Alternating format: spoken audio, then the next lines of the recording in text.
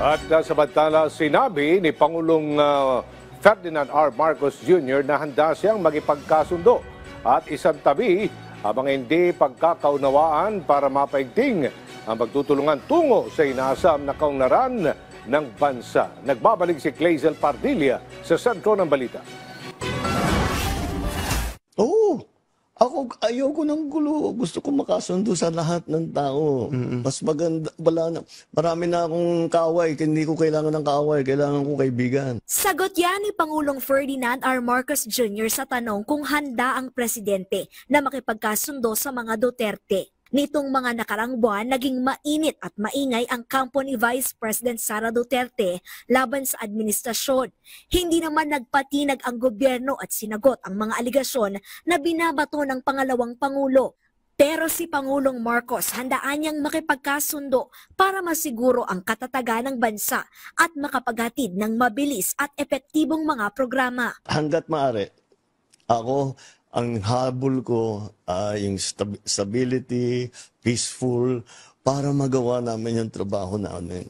Kaya ako, laging akong bukas sa ganyan.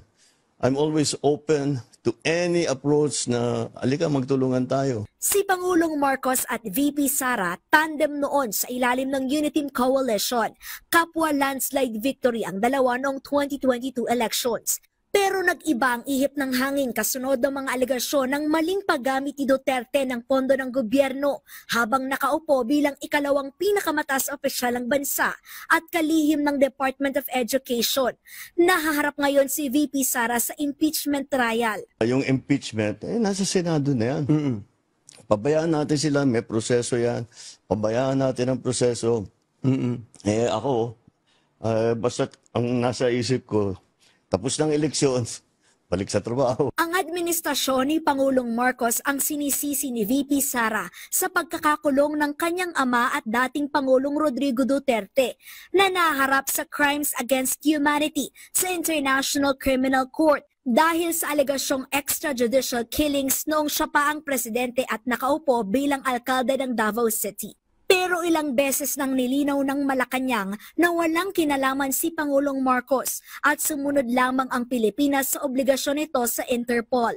Ayon kay Palace Press Officer Claire Castro, malinaw ang pahayag ng presidente. Sinaktan man o may pagkakamaling nagawa sa presidente, magkakaiba man ng pananaw o political policy ng isang tao, handa ang Pangulo na magpatawad bilang ama ng bansa. Naniniwalang palasyo na mabibigyan daan ang pagkakasundo kung bukas din ang kabilang kampo. Sa ngayon, ang tanging pananaw ni Pangulong Marcos, gagawin ng lahat para sa bayan at mga Pilipino. Clazel Pardilla para sa Pambansang TV sa Bagong Pilipinas.